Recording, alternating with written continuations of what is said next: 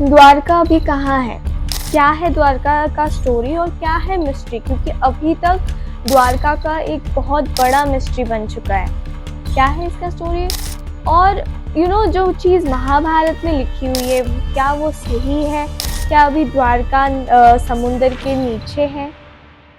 आज हम जानेंगे ये सारे बातों के बारे में। Hi friends, this is Priya, welcome back to my YouTube channel study bits with Priya. और आज मैं फिर से आ गई हूँ आप लोगों के लिए एक इंटरेस्टिंग टॉपिक पे वीडियो लेकर, क्योंकि Dwarka is a place that is full of mystery और इस मिस्ट्री को शेयर करने के लिए मैं बहुत एक्साइटेड थी आप लोगों के साथ। सो ज़्यादा टाइम वेस्ट नहीं करके let's go and start it.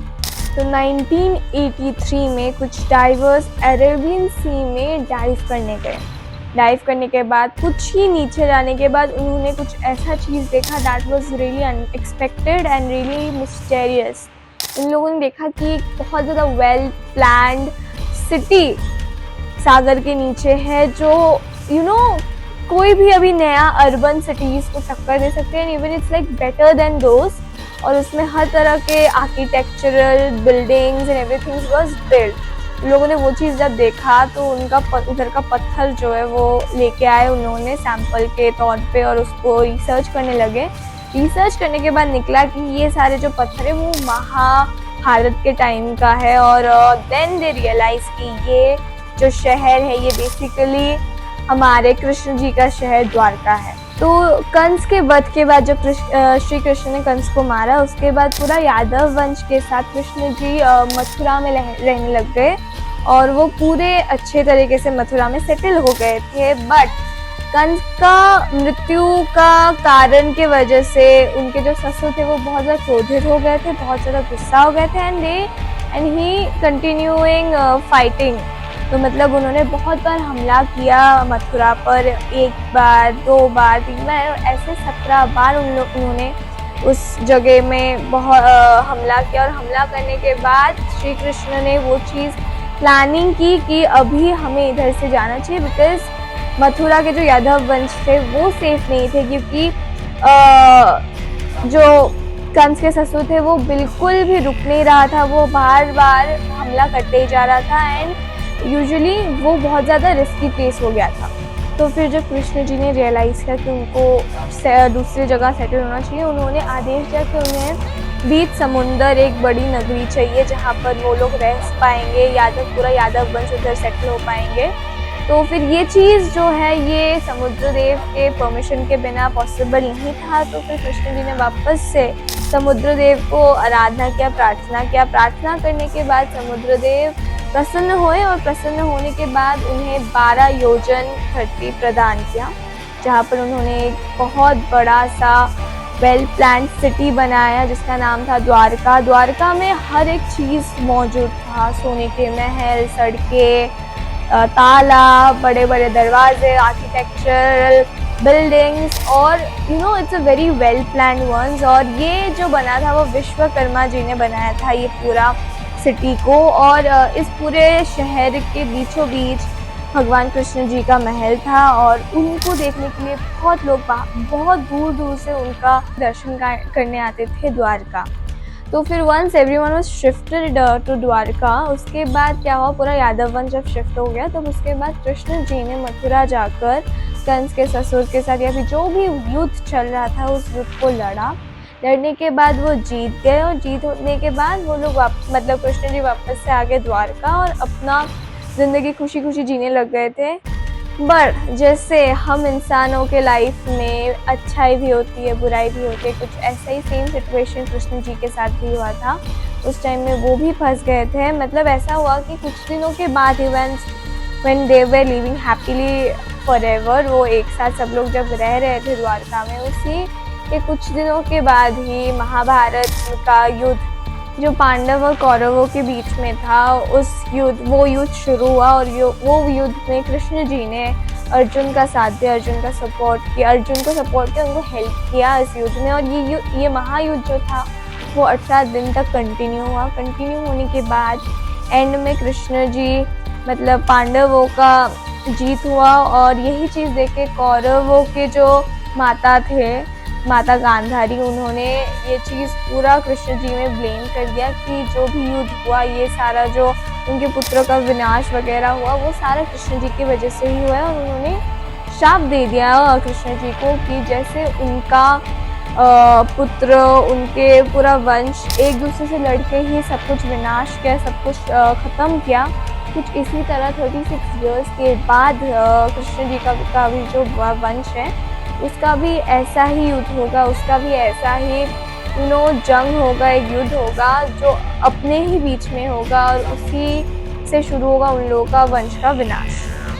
और यही चीज़ देखकर कृष्ण जी ने, मतलब कृष्ण जी को पहले से ही पता था कि ये होने वाला है, उनके जो वंश है वो एक दूसरे लड़के ही ख़त्म होने वाला है। And he accepted it happily, मैंने खुशी खुशी उस चीज़ को एक्सेप्ट कर लिया। तो फिर वो सब हो जाने के बाद 36 साल बीत गए, मतलब 36 ईयर्स बस ऑलरेडी गॉन। और अब जो माता गांधारी का श्राप था उसका प्रभाव पूरे यादव वंश में दिखना शुरू हो गया। मतलब पूरे यादव वंश के लोगों को पता नहीं क्या हो गया था, दे बिकम रियली सेल्फिश, और उन्होंने अपने ही लोगों के साथ लड़ाई करना शुरू किया। और अंदर ही अंदर द्वारका के अंदर बहुत बड़ा युद्ध हो गया। अपने मतलब कृष्ण जी के पुत्र भी एक दूसरे के साथ लड़ रहे थे and everyone was just fighting with each other, मतलब खुद के ही लोगों के साथ उन्होंने लड़ाई करना शुरू कर दिया। अब शुरू करने के बाद ये चीज़ ना कृष्ण जी ने जब देखा, उसके बाद कृष्ण जी ने एक सिद्धांत लिया, एक डिसीजन लिया कि वो इस पीपल के पेड़ के नीचे बैठेंगे। बैठ जाने के बाद एक्चुअली एक शिकारी ने तीर मारा, thinking that there is a deer, और वो तीर जाके सीधा कृष्ण जी के पैर में लगा।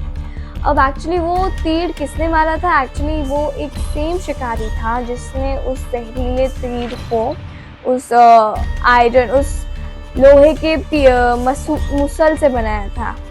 तो वो सारे इंसिडेंट्स और सिचुएशंस हो जाने के बाद कृष्ण जी अपने जगह लौटे। और एक टाइम का बात है जब कृष्ण जी की द्वारका में ही एक पवित्र स्थान था जहाँ पर ऋषि मुनियाँ क्या बोलते हैं, आराधना कर रहे थे, ध्यान कर रहे थे। और उसी टाइम में कृष्ण जी के जो पुत्र थे सांब और उनके दोस्तों ने वो चीज़ देखा। देखने के बाद उन्होंने शरारत करने की प्लानिंग बनाई, और वो चीज़ प्लानिंग बनाते उन लोगों ने ऐसा किया कि सांब जो था वो एक बहुत सुंदर स्त्री में बदल गया। और बदल जाने के बाद वो ऋषि मुनियों के पास गया, और जाने के बाद एक्चुअली ऋषि मुनियों का जो ध्यान था उसको तोड़ के सामने पूछा अपने होने वाले पुत्र के बारे में।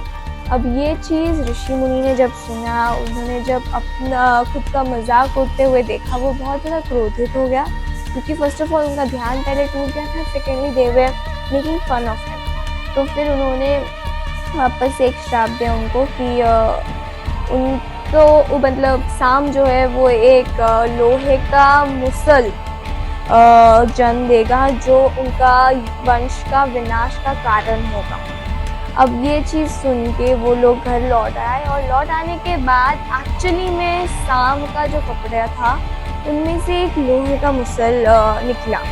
अब ये चीज़ देखकर एक्चुअली इसके बारे में कृष्ण जी के दादाजी, उनको पहले से पता था, और पता रहने के वजह से उन्होंने क्या किया, उस मुसल को, उस लोहे का मुसल को उन्होंने बहुत सारे टुकड़ों में तोड़ के उसको समंदर में फेंक दिया।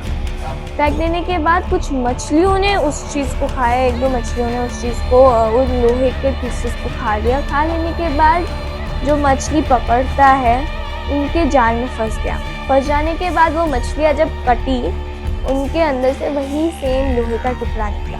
तो टुकड़ा जो निकला था वही टुकड़ों से एक शिकारी ने एक बहुत ज़्यादा जहरीला तीर बनाया।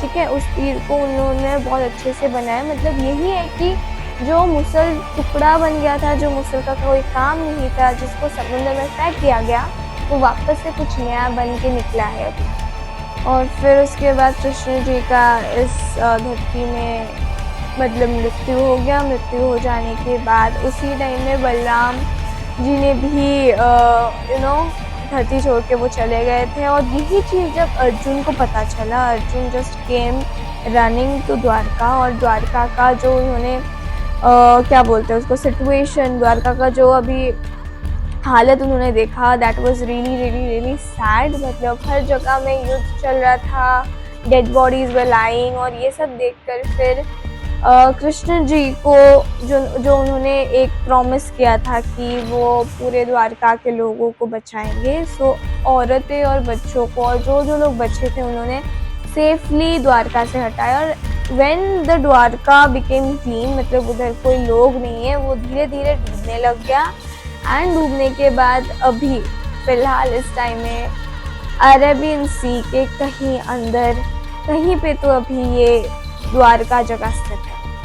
तो ये था story of Dwarka, which is really mysterial, which is really unreal kind of story, जो अभी बहुत लोग अभी भी इसको रियल नहीं मानते हैं। एंड क्योंकि ये एक बहुत ज़्यादा अनरियली स्टोरी आप बता सकते हो, because when I heard it for the first time it was actually very difficult for me to believe on it. तो या आज का वीडियो इधर ही ख़त्म करती हूँ। Hope that you like the information about Dwarka. And guys it takes a lot of hard work, और बहुत ज़्यादा रिसर्च करना पड़ता है ये सारे वीडियोस बनाने के लिए। So I really request you from my bottom of the heart कि प्लीज़ लाइक करो, सब्सक्राइब कर दो यार, मुझे मोटिवेशन मिल जाएगा आप लोग के इन लाइक्स और व्यूअर्स और subscribe subscriber, as you are subscriber now for my account. So please comment करो कैसा लगा, to motivate me, to make me motivate कि मुझे और वीडियोस बनाना चाहिए आप लोगों के लिए। सो यप, आज के लिए इतना ही। Bye bye guys, love you.